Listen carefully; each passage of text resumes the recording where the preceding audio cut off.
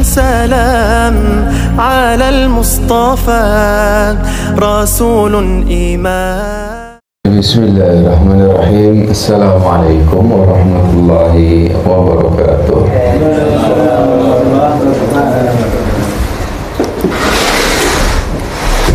Alhamdulillah wassalatu wassalamu ala rasulillah wa ba'd. Baik ya ikhwah dan ibu jamaah rahimani wa rahimakumullah. Alhamdulillah, tentunya puji syukur pada kesempatan sore Yaumil Jumu'ah, tentunya di pertengahan kita di bulan Safar. Insyaallah cuaca lumayan, ya, mudah-mudahan tidak membuat hati-hati kita hati-hati yang juga panas, senantiasa dingin. Insyaallah ya saudara Munji, insyaallah mojo. Masya Allah, barakallahu fikum. Masya Allah, pada kesempatan sore hari ini kita akan kembali untuk melanjutkan tentunya apa yang menjadi rutinitas kita setiap Jumat sore, dan kita sudah biasa berusaha untuk senantiasa untuk thalabul ilmi, senantiasa untuk menambah tentunya ilmu kita, ilmu yang mudah-mudahan bermanfaat, bukan ilmu yang akan menjadi tentunya bumerang untuk diri kita, tetapi ilmu yang bermanfaat yang akan menghasilkan tentunya sesuatu yang baik pada diri kita di dunia dan tentunya adalah besok pada yaumul qiyamah. Nah, apa pembahasan kita pada sore hari ini ya ikhwah? Jadwal apa kita sekarang ini? Akan ayo masalah tentang masalah tauhid. Apa itu tauhid ya Ustaz Jimin? Apa itu tauhid? Mengisahkan Allah. Tauhid mengisahkan Allah. Nah, Masis, apa itu tauhid?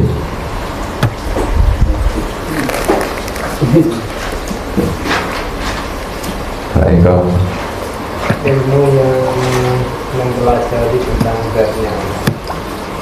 Ilmu yang mempelajari tentang zatnya Allah. Baik, Masya Allah. Amalan Penghambaan diri kepada Allah. Penghambaan diri kepada Allah. Baik, Masya Allah. Mas Suhaib,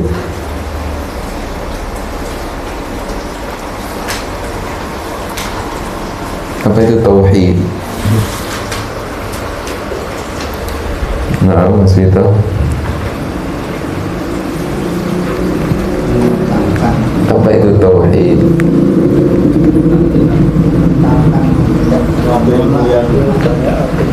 Ilmu yang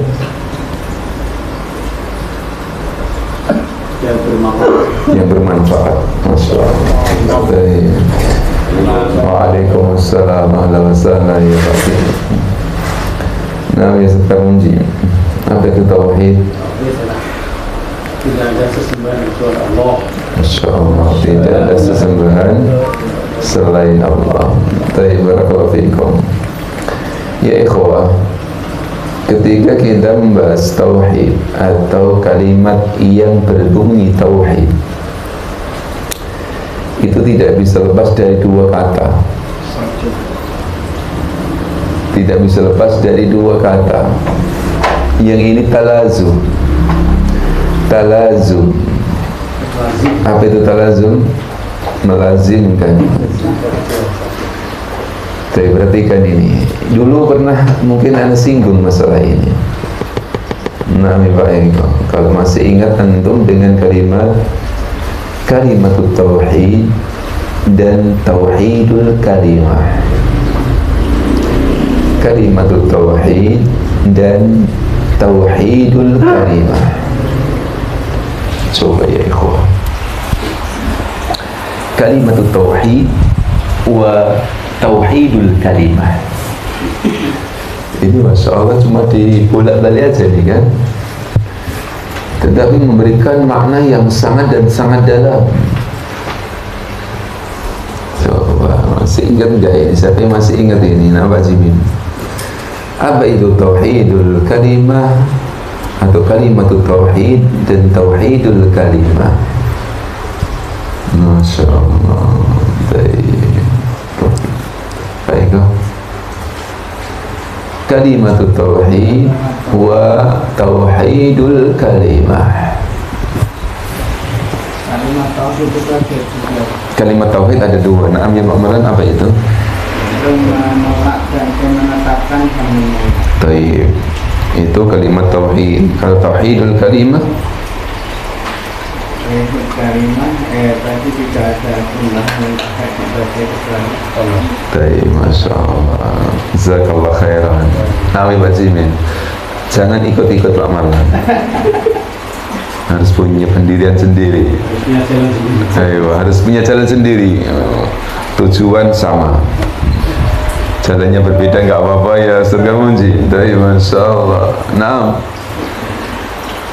Ayo, Masya Allah. Ayo, naam kalimatut tauhid. Kalimat mengesahkan Allah. Taib. Naam. Kalau tauhidul kalimah, Kalimah adalah pemurnian ibadah pada Allah. taib, Masya Allah. Jazakallah khairan. Yang penting berbeda dulu. Nah, Mas Is. Kompetisi. Ampun Mbah galak kalau Mbah Manto. Ayo nak Mbah Manto gas. Ayo nak Pak Ki. Jadi mau miring mboten?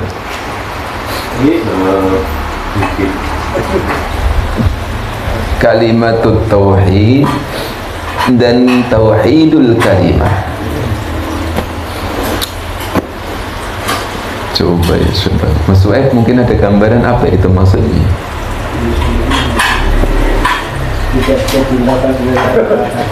Tidak bisa diungkapkan dengan kata-kata. Tapi ungkapkan dengan hati ya Mas. Coba. Fadhil ya Sekar Munji, apa itu? Nah, kurang lebih? Masya Allah. Mas Rito mungkin ada. Kalimat tauhid, tauhidul kalimah. Ya syabab, antum masih ingat pembahasan kita di dalam fiqhud dakwah? Dalam fiqhud dakwah sering mungkin ana singgung masalah ini, bahwasanya dinul Islam itu intinya cuma ini saja. Dinul Islam itu intinya cuma ini saja, kalimatut tauhid wa tauhidul kalimah. Masya Allah loh antum ini, Masya Allah. Kayak emang sudah rada tua-tua jadi agak lupa ya. Masya Allah ya Mas Is. La ilaha illallah Muhammadur Rasulullah. Ayo nah, sini ini mungkin masih ingat itu pembahasan kita. Ya sebab jadi inti dari dakwah dinul Islam itu adalah yang pertama kalimatut tauhid. Kalau kalimatut tauhid ya sebab Bapak Ibu, yang dimaksudkan adalah la ilaha illallah. Itu kalimatut tauhid. La ilaha illallah itu kalimatut tauhid. Coba perhatikan ini. Jadi kalimatut tauhid itu adalah la ilaha illallah, yang ini maknanya adalah la ma'bud bihaqqin illallah.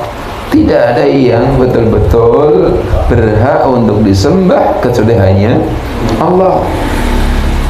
Mentauhidkan Allah di dalam segala bentuk apa? Ibadah. Sedangkan tauhidul kalimah, coba tauhid itu apa? Mengisahkan, menyatukan. Tauhid kalimah. Kalimah apa? Kalimat. Menyatukan kalimat. Apa menyatukan kalimat di sini? Wa'tasimu bihablillahi jami'an wa la tafarraqu. Ya syabab. Jadi kalimat tauhid adalah la ilaha illallah, tauhidul kalimah adalah untuk dinul Islam. Itu adalah din yang akan berusaha untuk menyatukan kalimat tauhid, la ilaha illallah, tauhidul kalimah itu adalah untuk menyatukan. Tauhid apa itu? Tauhidul kalimah yaitu menyatukan kalimat, alias bagaimana seorang muslim antar muslim dengan yang lain itu adalah saudara yang saling mencintai. Masya Allah, cuma dibalik saja ini ya, cuma dibalik saja itu, Masya Allah, itu maknanya sudah luar biasa itu. Nah, Bapak bisa dipahami atau tidak? Jadi kalau kalimat tauhid adalah la ilaha illallah, tapi kalau tauhidul kalimah menyatukan kalimat. Menyatukan kalimat adalah untuk bersatu antar kaum muslimin. Nah, ini kan inti dari dinul Islam dua ini ya, Bapak. Baik, kita tidak akan bahas untuk kalimat tauhid karena ini di dalam bab tauhid. Kita ingin untuk sedikit membahas pada tauhidul kalimah. Tauhidul kalimah. Apa tauhidul kalimah tadi, Mas Sis? Menyatukan kalimat, alias bagaimana kita itu adalah saudara yang bisa bersatu. Masya Allah. Tapi bersatunya jangan di Bagala, gitu ya. Nah, bersatunya itu ya dimanapun kan gitu, Masya Allah. Tapi saya tanya yang kemarin hadir di Masjid Raya Al-Falah. Nah, Ustazah Aisyah Dahlan, apa intinya ya Mas Vito? Coba. Loh. Lah keinget sar itu kemarin. Buatan pula Pak Jimin. Pak Jimin, Masya Allah. Baik, saya ingin untuk kemudian kita mengambil ibrah, karena itu mungkin juga masuk dalam kalimat tauhidul kalimah. Baik Pak Jimin, coba apa itu inti yang disampaikan oleh Ustazah Aisyah Dahlan? Biar itu tentunya untuk masukan kita juga kan itu. Fadhal Pak Jimin, fadhal. Apa saja itu? Fadhal. Pakai. Fadhal. Ibu biar dengar. Ayo nah. Menyatukan, kita membina emosional keluarga. Jadi kita mengetahui kalau secara kodratilah manusia itu laki-laki dan perempuan beda. Untuk menyatukan perlu kesadaran pribadi. Berarti itu kan masuk dalam tauhidul kalimah. Sahih? Tauhid. Oh, masa. Iya, lanjutkan dong, belum mak. Berarti kalau satu menyatukan lebih dari satu lebih. Iya. Fadhal, gimana? Ya, dipelajari dari ciri-cirinya. Jadi perkataan memang jadi kita harus mengajari. Kadang-kadang kita sebagai laki-laki tidak mengajari. Justru mempunyai istri yang cewek itu dalam tanda kutip kita negatif. Tapi ternyata setelah kita pelajari kemarin menurut Dr. Aisyah Dahlan, memang wanita itu sehari itu kata-kata lebih dari 20.000 kata. Sedangkan wanita kurang lebih cuma antara 5.000 laki-laki. Kalau wanita 20.000, 20.000, kalau perempuan laki-laki 5.000. Waalaikumsalam. Ahlan wa sahlan Mas. Wah, saya nih. Fadhal, terus? Jadi kadang-kadang kita tidak menyadari kita mempunyai istri yang cerewet itu kodratnya memang harus gitu, harus cerewet. Tapi kita kadang-kadang menyalahkan istri begitu dan sebagainya itu kurang menyadari kita, sehingga kita dengan adanya pelajaran kemarin sungguh luar biasa. Jadi pelajaran yang dalam tanda kutip untuk mengajarkan kita memang menyadari kodrat perempuan dan laki-laki sungguh berbeda. Nah, dengan bisa kita menyatukan atau menyadari kita kebersamaan ini, insya Allah untuk beribadah kita lebih baik. Itu yang pertama. Yang kedua, merangkum ya mau itu toh berapa jam itu? Nam ya Ustaz Muji, mungkin mungkin masih ada yang terluput dari apa yang disampaikan oleh beliau istilahnya. Fadhal ya Ustaz Muji. Ya, intinya bagaimana caranya kita itu memanage sedemikian rupa emosi, karena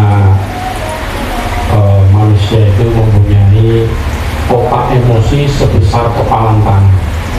Maka setiap orang itu ketika ada sedikit yang kurang enak itu mesti mengacungkan kepalan tangannya. Nah ini perlu juga bahas segini loh, otak emosi kita itu sudah digambarkan oleh Waisa. Dan di dalam otak emosi kita itu berada di tengah-tengah, dan itu terdapat yang namanya otak bagian terpenting dalam diri seorang laki-laki, itu namanya hipotalamus. Apa itu hipotalamus? Ada 4. Ternyata hipotalamus itu memiliki 4 fungsi. Yang pertama, fungsi penjagaan dan keamanan, dan pusat keamanan dan penjagaan di situ itu. Maka kunci pokok adalah di seorang laki-laki. Penjagaan keamanan itu di situ. Mengamankan apapun, iya semuanya. Mengamankan uang dan diri, iya, gitulah.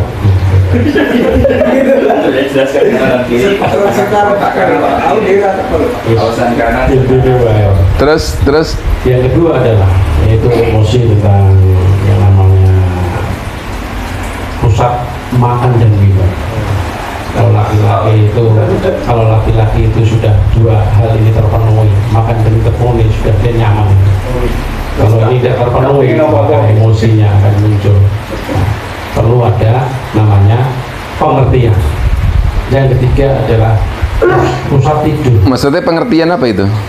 Dari istri? Iya, pertama dari pasangan pertama, keduanya. Yang ketiga yaitu pusat tidur.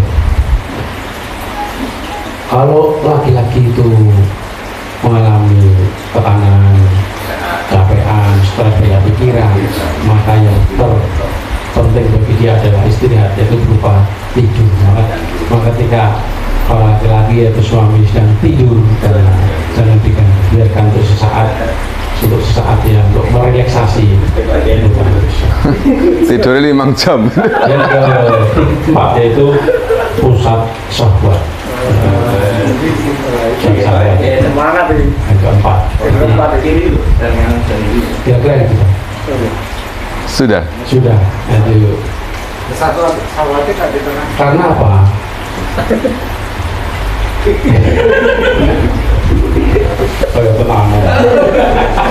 Fadhal, apa itu? Ya lastahi minal haq. Besarnya hipotalamus itu 2 kali dari seorang perempuan. Itu di situ juga seperti itu. Iya, penting. Nanti ada 4. Mestinya ada 12 beberapa, tapi yang terpenting 4 ini harus diketahui seorang wanita. Pusat penjagaan, pusat keamanan, pusat makan dan minum, pusat tidur, dan pusat syahwat tidak. Terima kasih.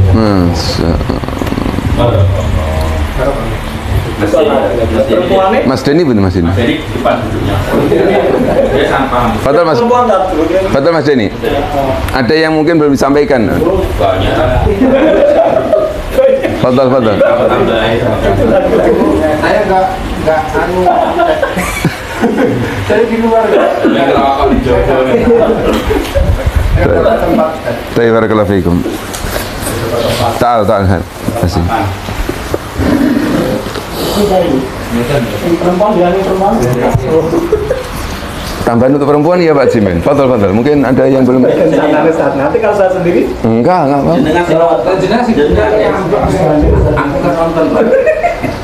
Fadhal Pak Jimin. Ayo Fadhal Pak Jimin. Kalau saya enggak.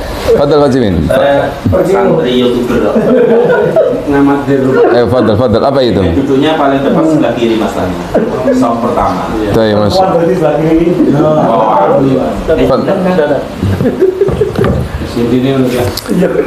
Barakallahu fiikum.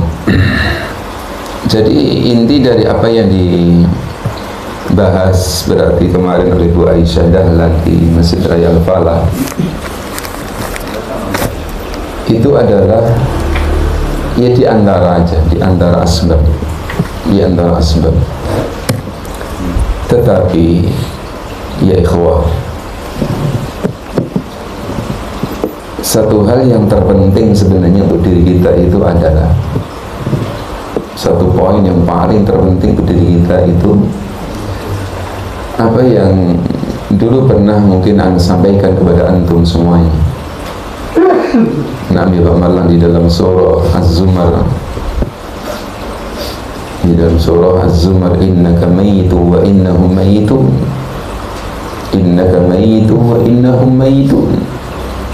Ini poin yang mungkin bisa menjadi pengerem terbesar untuk diri kita, baik suami atau istri. Kenapa? Kalau mungkin pembahasan yang disampaikan ini pembahasan yang secara apa ya, bahasanya teoritis lah dalam bahasanya itu. Tetapi yang mungkin akan menjadi istilahnya sebab terbesar kita itu bisa menjadi orang-orang yang terbaik. Antum ingat saja itu di dalam surah Az-Zumar tersebut. Di dalam surah Az-Zumar, innaka mayitun wa innahum mayitun.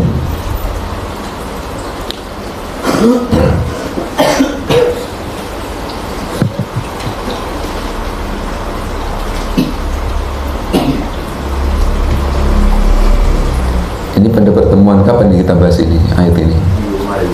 Ayo na'am ya sini ini. Ayo na'am. Ayo na'am. Innaka mayitun wa innahum mayitun, thumma innakum yawmal qiyamati inda rabbikum takhtasimun. Nah ini loh. Ini satu poin yang kita betul-betul harus ingat dan ingat, wahai para suami wahai istri.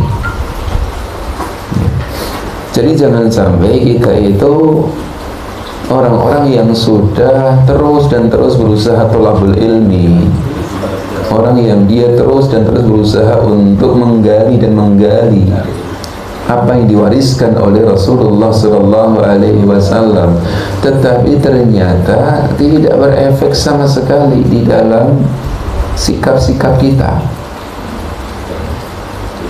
Monggo Bapak Ibu, entah itu suami entah itu istri, saya yakin kalau kita itu mau menuruti curhatan setiap suami dan istri, intinya sama. Apa itu? Mengeluhkan kekurangan dari pasangan kita. Pasti itu. Jadi hal yang terpenting yang pertama kali kita harus pahami, suami kita, istri kita itu bukan makhluk yang sempurna. Itu yang harus kita pahami betul. Kalau kita ingin mengharapkan suami kita, istri kita adalah makhluk yang sempurna, maka sabar dulu. Insya Allah nanti di dalam surga, insya Allah suami kita suami yang sempurna, istri kita istri yang sempurna. Paham ya Mas Denny? Insya Allah paham. Iya tenanan gitu. Masya Allah. Maksudnya apa? Maksudnya bersyukur. Sangat sih Mas Denny. Maksudnya bersyukur. Jadi yang pertama adalah betul-betul kita harus memahami bahwasanya pasangan kita itu bukan makhluk yang sempurna. Ya. Oleh karena itu Rasulullah Sallallahu Alaihi Wasallam sudah menekankan di dalam hadis yang sahih. Masih ingat ya hadisnya? La yafraq mu'min mu'minatan in kariha minha khuluqan radiya minha al-akhar. Janganlah seorang laki-laki suami membenci istrinya. Kenapa? Karena sebab mungkin kekurangan dari istrinya. Demikian juga istri jangan membenci suaminya karena kekurangan yang ada pada suaminya. Kenapa? Insya Allah radiya minhal akhar, pasti akan didapatkan hal-hal yang akan meridhoi alias membuat dia ridho dari apa yang dimiliki oleh pasangan kita. Tapi kalau kita mencari sempurna, nggak mungkin. Mbok jenengan gak ada bojo 5, 6, 7, 8 sama 10, tetap pasti ada kekurangan. Ya, kemarin Jadi jangan sedikit-sedikit walah rabine dengan mengharap apa? Mengharap nanti istri yang kedua itu akan ayo. Jadi intinya kemarin itu nggak boleh apa ya Pak? pikir mengganti istri kita atau suami kita belum tentu mendapat. Ayo masya Allah masya Allah. Mengingatkan ya, ini ingat masya Allah. Itu yang pertama ya sahabat. Itu yang pertama. Kemudian yang kedua, apa yang kedua ya ikhwah? Namanya Pak Eka. Apa yang kedua yang kita harus betul-betul ingat betul? Ya tadi ayat di dalam surah Az-Zumar tersebut.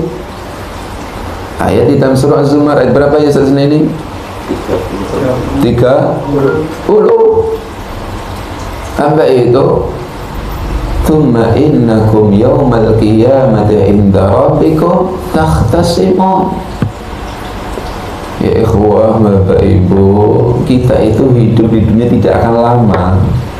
Ngapain kok kita niku resek terus? Dan resek yang paling sering ya dengan pasangan kita. Gitu loh. Sangat memungkinkan sekali kita akan sering cekcok itu dengan pasangan kita. Kenapa? Karena sering berjumpa. Kalau kita itu sering berjumpa, kemungkinan untuk resek besar dibandingkan kita itu jarang berjumpa. Bisa dikatakan waktu yang terbanyak kita itu ya dengan istri kita, dengan suami kita. Maka peluang untuk kita kemudian cekcok besar sekali, dan itu akan digunakan oleh syaitan. Maka antum masih ingat gak, syaitan itu mendapatkan sayembara dari iblis kalau bisa kemudian menceraikan suami dari istrinya. Dapat mahkota itu dari iblis itu, syaitan itu. Loh, makanya kita jangan sampai menjadi anak buahnya syaitan, para suami, gitu loh. Maka dari sini kita ingat betul, thumma innakum yawmal qiyamati inda rabbikum takhtasimun. Betul-betul sungguh kalian besok pada yaumul qiyamah di sisi Rabb kalian akan bermusuhan. Akan bermusuhan. Maka ketika membahas ayat ini kemudian kita ingat betul ada sahabat yang bertanya kepada Rasulullah SAW, ya Rasulullah, apakah kita besok pada yaumul qiyamah masih bermusuhan lagi ya Rasulullah? Naam, akan bermusuhan lagi. Dengan siapa? Ya dengan orang yang ketika di dunia bermusuhan. Maka tadi saya katakan, ketika kita itu lebih sering cekcok dan paling sering kita cekcok dengan pasangan kita, besok pada yaumul qiyamah kita pun juga akan cekcok lagi. Kan ngeri itu. Maka dari sini Bapak Ibu, yang namanya orang ketika berkeluarga itu harus dan harus memiliki yang namanya sifat lapang dada. Sifat lapang dada, tulus di dalam menerima kekurangan dari pasangan-pasangan kita. Kalau bisa malah bersyukur dengan kekurangan pasangan kita. Antum masih ingat kisahnya siapa Pak Marlan ketika Khalifah Utsman bin Affan, ini kan ketika menikah yang terakhir, yang ke-8 ya. Ketika itu Khalifah Utsman itu berumur 75 tahun, sedangkan istrinya itu berumur 18 tahun. Nah ini buat sanjiran tiru sini gini gitu kan. Nah ya baik, ini nggak usah ini gitu. Oh kita umur saya kita harus melakukan gak jejak. Ayo Bapak Ibu, kalau orang Arab berbeda. Coba perhatikan, yang kita pengen lihat adalah ketika malam pertama bagaimana Khalifah Utsman bin Affan belum kenal, karena itu sekedar langsung lewat jarak jauh. Kalau itu punya adik, coba nikahkan dengan saya, mau nggak? Oh mau, datangkan ke sini ke Madinah. Datang ke Madinah ketika itu dengan kakaknya, langsung dinikahkan itu oleh kakaknya, karena kakaknya itu Muslim, orang tuanya kafir, Nasrani. Dan si wanita ini juga dalam kondisi ketika masih Nasrani. Malam pertama kemudian masuk Islam. Ada yang mengatakan masuk Islamnya itu dibimbing oleh Ummul Mukminin Aisyah radhiyallahu taala anha. Cuma ketika malam pertama itu bagaimana Bapak Ibu? Ketika malam pertama Khalifah Utsman bin Affan membuka itu sorbannya. Ketika membuka sorbannya, kemudian terlihatlah botak itu di kepalanya Khalifah Utsman karena sudah berumur. Orang Arab itu ketika sudah umur 30, 40 itu sudah botak-botak itu. Apalagi sudah umur 75 tahun. Maka ketika dibukanya sorban, dilihatlah itu botak. Kemudian Khalifah Utsman bertanya kepada istrinya ini, "Kamu takut ya sama awak laki-laki yang botak? Kamu takut sama laki-laki yang botak? Nggak senang?" Pertanyaan siapa? Khalifah Utsman kepada istrinya ini, Nailah ini. Ketika ditanya, bagaimana jawaban istrinya ini? Dengan menjawab yang luar biasa. "Saya itu wanita yang sangat dan sangat cinta, senang dengan lelaki yang botak." Insya Allah. Apa pelajaran yang bisa diambil Mas Denny? Apa pelajaran yang bisa diambil? Menerima Apa? menerima apa? Terima apa adanya? Enggak. Nama saya. Oh belum ya, belum pengalaman. Nama saya. Tahu Pak, Apa? berusaha menyenangkan perasaan pasangan. Ayo nak bagai itu nikili ya, masya Allah ini calon suami soleh ya, masya Allah loh. Orang di bojo wis pengalaman sih, di bojo ceng-ceng po. Gimana ini? Coba perhatikan ini lah. Ini berlaku suami atau istri gitu loh.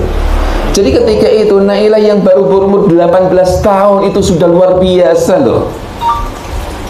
Punya kedewasaan yang luar biasa dengan mengatakan apa, saya itu paling senang dengan laki yang botak. Padahal kalau kita mau lihat jujur-jujuran itu jujurnya dusta atau serius itu? Dusta. Kok ngerti? Kok ngerti ya? Ya mungkin lah kita perbedaan umur itu segitu jauhnya. Enggak, maksudnya ketika ada laki yang botak, kemudian ada wanita yang senang dengan laki yang botak, itu kayaknya memang serius atau memang itu cuma untuk menyenangkan aja? Namanya baik loh. Kenapa? Ya, tentunya secara tabiat, tentunya suka ketika pak lelaki yang punya rambut, bahkan rambutnya indah, kan gitu. Karena itu adalah mahkotanya. Tetapi apa? Coba perhatikan itu, karena dalam rangka untuk kemudian bagaimana pasangan itu bisa membahagiakan dari istrinya. Maka kan antum masih ingat, boleh orang ketika seorang suami, seorang istri berdusta kepada suami istrinya, tujuannya adalah untuk membahagiakan. Tujuannya adalah untuk membahagiakan, bukan untuk menyedihkan. So, rata-rata kita itu berdusta itu menyedihkan atau membahagiakan istri? Membahagiakan. Masya Allah, Zen, Masya Allah. Nah, baik kok. Menyedihkan jujur aja ya. Ya, kita itu dusta, ya dusta menyedihkan, jujur sang saya menyedihkan istri kita. Maju mundur kan ya, maksudnya kita nggak pingin loh Pak, kita nggak pingin Bu, besok pada yaumul qiyamah urusan kita itu nggak selesai. Kita tuh pengen ringan kehidupan kita di dunia, di alam kubur, sampai besok pada yaumul qiyamah. Dan sesuatu yang paling memungkinkan sekali kita untuk berbuat zalim ya dengan pasangan kita sekali lagi. Baik dengan ucapan kita, baik dengan perbuatan kita. Maka tidak aneh Rasulullah sallallahu alaihi wasallam menegaskan khairukum li ahlikum. Sebaik-baik kalian adalah orang yang terbaik untuk keluarganya. Coba kita tengok kitab-kitab kiamat. Kita tengok kitab-kitab kiamat ya Mas Vito. Saged mboten? Nengok kitab bisa saged. Terbaiknya kan mencari waktu yang mustajab. Apa itu? Maksudnya gimana? Orang kerja sudah Sudah mengerti Pak.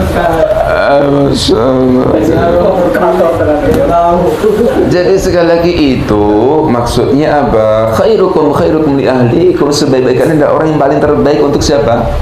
Untuk keluarga. Yang menjadi pertanyaan besar, kita itu orang yang berusaha untuk ittiba Rasul, ittiba Rasul, ittiba Rasul. Kita itu sudah apa belum?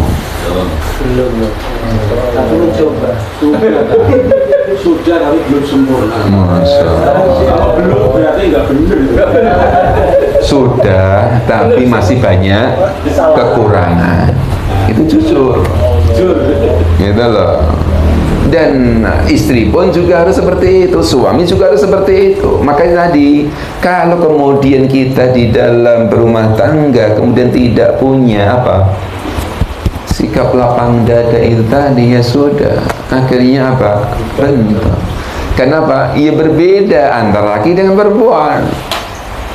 Tabiatnya sudah berbeda kok. Ketika tabiatnya sudah berbeda, nggak mungkin kemudian akan satu jalur terus, pasti akan berbeda juga. Tabiatnya sudah berbeda kok. Makanya itu tadi, kalau istri satu kita masih banyak masalah gitu ya, jangan terpikirkan kemudian tambah 2, tambah 3, tambah 4. Tapi banyak berpikir pun benar juga. Hanya sekedar mungkin guyonan juga janganlah gitu ya. Kenapa? Ya itu kan juga kadang ya. Well, pahami Mas Yes? Ya nggak usah lah gitu. Kenapa? Mau sesuatu yang nggak mungkin juga akan kita lakukan, ngapain itu kok kita kemudian mengatakannya seperti itu gitu. Wajar dah, ibu tangannya bisa 2 kali lipat. Iya, tapi tahan. Ya coba ditokke kan gitu loh maksudnya. Jadi orang yang cerdas itu orang yang dia bisa berpikir apakah ucapan saya ini bermanfaat atau tidak, atau menyakiti atau tidak. Kita masih ingat kan, orang mendolimi itu bukan cuma dengan perkataan atau perbuatan, dengan perkataan pun. Mungkin orang dengan satu ucapan akan menyebabkan dirinya dicampakkan neraka 70 tahun. Ucapan yang itu menyakiti mungkin istri kita. Di sini Paham sih toh? insya Allah Nopo? kita tidak boleh menyakiti pasangan kita sendiri. Iya, maksudnya suami seperti itu, istri seperti itu. Itu kalau kemudian semuanya punya cara pandang yang sama, sudah selesai sebenarnya. Selesai. Cuma itu tadi memang butuh sabar. Kenapa? Hawa nafsu, syaitan itu terus akan berusaha untuk apa? Menggoda diri kita. Kalau masing-masing mengerti akan kelebihan kekurangannya, itu nggak akan sakit, Kak. Namanya nggak sempurna. Yo nak ngerti kan gitu maksudnya. Penting itu, karena perempuan itu kan Sulit dimengerti. hormonnya kan estrogen itu, estrogen itu mempengaruhi bisa berubah setiap saat. Ya intinya kita nggak perlu kemudian bagaimana istri atau istri bagaimana suami. Intinya kita menjadi suami yang terbaik, kita menjadi istri terbaik. Selesai udah. Makanya kita itu nggak perlu kemudian pinter cuma menagih hak. Rata-rata kita itu ketika suami nagih hak, istri pun juga nagih hak. Tidak memperhatikan kewajiban. Hal yang paling pokok udah mati kita adalah tunaikan kewajiban kita. Suami bab kewajibannya, istri bab kewajibannya, selesai. Kalau suami paham kewajibannya, istri paham kewajibannya, karena sudah itu menunaikan haknya masing-masing. Rata-rata kita itu cuma nagih hak, kowe dadi bojoku kudu nurut, iya kan, gitu kan, kudu ngene. Tapi ternyata kita tidak memperhatikan kewajiban kita sebagai suami. Istri pun juga seperti itu. Cuma bisa nagih hak sebagai istri, kemudian dia lupa kewajiban sebagai istri. Maka hal yang paling utama, paling pokok adalah saling memahami kewajiban masing-masing. Kita tidak pengen besok pada yaumul qiyamah suami istri masih bentrok, masih cekcok, masih masalah di hadapan Allah Tabaraka wa Ta'ala, termasuk di diri kita. Jangan sampai seperti itu. Jangan sampai. Tempatnya kan berbeda-beda kalau bisa bentrok. Hah? Tempatnya kan berbeda-beda kalau bisa bentrok. Tempat nopo? Mungkin. Enggak, dikumpulkan lagi. Nah, siapa yang bilang tempatnya beda-beda? Kumpulkan lagi. Iya, enggak, kumpulkan lagi. Enggak bisa lari udah itu. Akan ditemukan lagi itu. Enggak iso. Cekali buntote ya ini.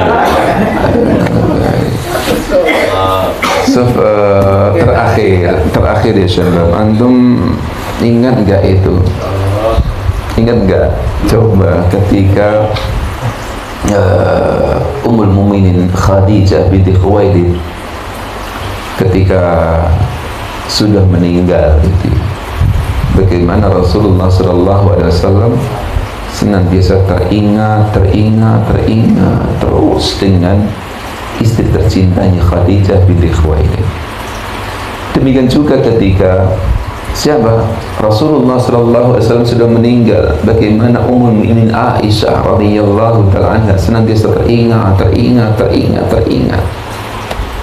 Demikian juga Nailah Al-Farafisah ketika meninggalnya Utsman bin Affan. Padahal cuma beberapa saat ketemu dengan Khalifah Utsman bin Affan ketika menjadi suami istri ketika itu, langsung Nailah Al-Farafisah di dalam hatinya itu apa? Sudah tidak akan membuka untuk orang lain, cuma untuk Utsman bin Affan. Dilamar orang lain, termasuk Muawiyah ketika dia khalifah, ditolak mentah-mentah. Sampai Nailah ketika bertanya kepada wanita-wanita Al-Madinah, kenapa sih banyak orang yang pengen menikahi saya? Dijawab oleh para wanita-wanita tersebut, karena gingsulmu itu ya Nailah. Jadi Nailah itu gingsul. Akhirnya apa? Nailah copot gingsulnya, kasihkan sama Muawiyah. Nih, kalau kamu mau gingsul, ini tak kasih gingsul untuk diriku enggak. Kenapa? Saya ingin besok pada yaumul qiyamah menjadi istrinya Utsman bin Affan. Maksudnya apa di sini? Maksudnya adalah kalau nanti kita meninggal, ya kan, suami kita, para suami meninggal duluan dibanding istri kita, kita pengen itu istri kita itu senantiasa ingat kebaikan-kebaikan kita. Kita pengen betul bahwa istri kita itu adalah betul-betul senantiasa yang teringat pada diri kita kebaikan-kebaikan. Kita tidak ingin kemudian ketika kita meninggal kemudian ternyata istri kita langsung plong, alhamdulillah penak saiki. Ada peluang lebih baik.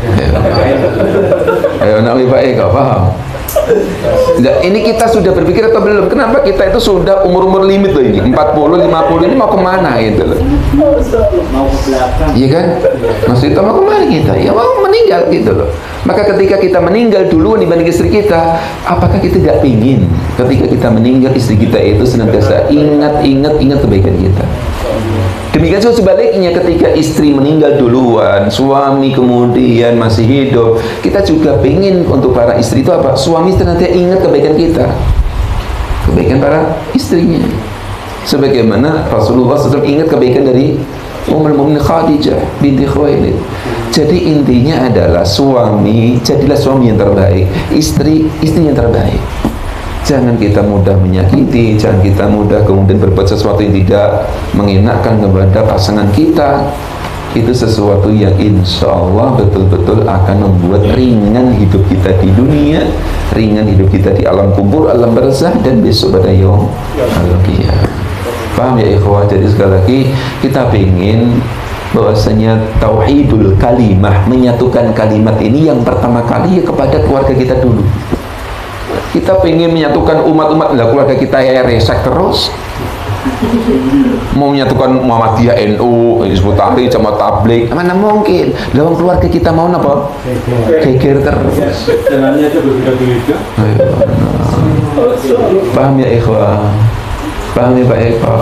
Mas Waib insya Allah Nabi sebagai ilmu insya Allah. Mas kita paham?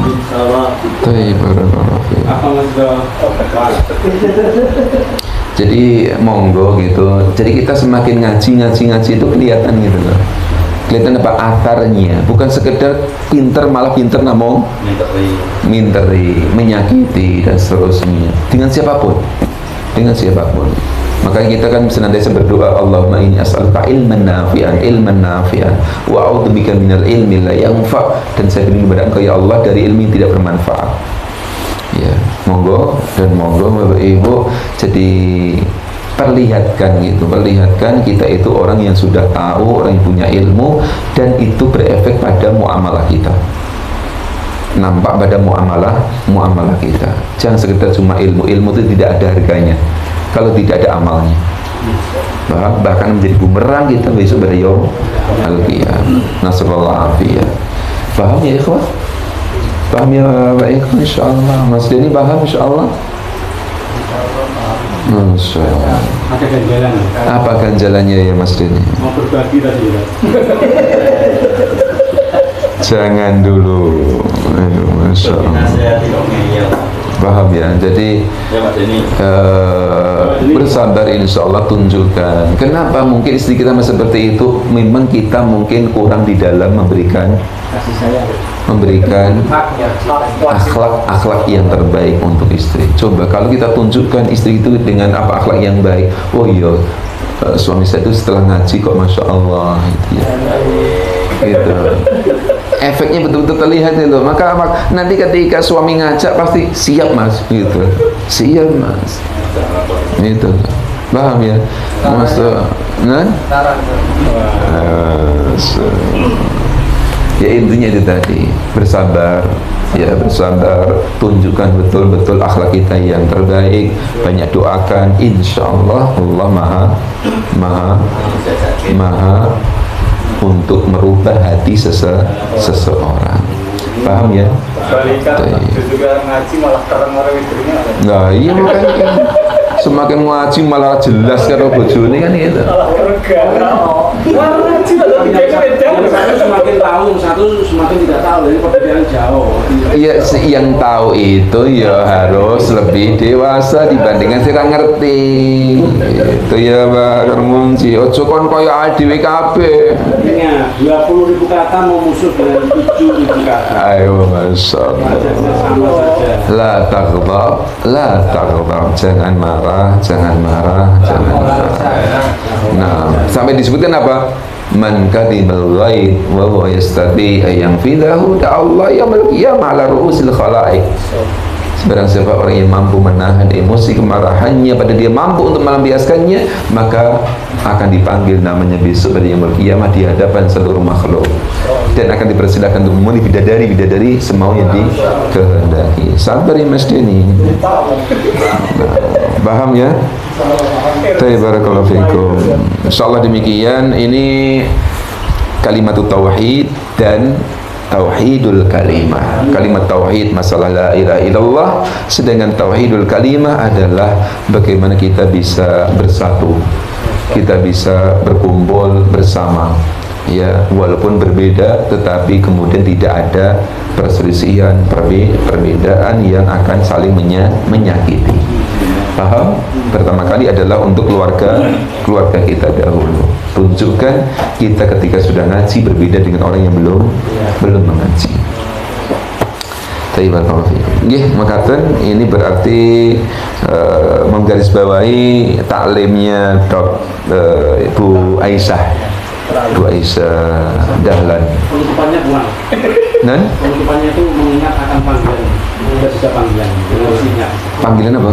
Yang mengingat suami istri itu supaya tidak bentrok, itu harus mengingat 3 panggilan. Panggilan apa nih? Panggilan pertama itu panggilan sholat, yang kedua panggilan haji dan umroh, ketika ada panggilan mati.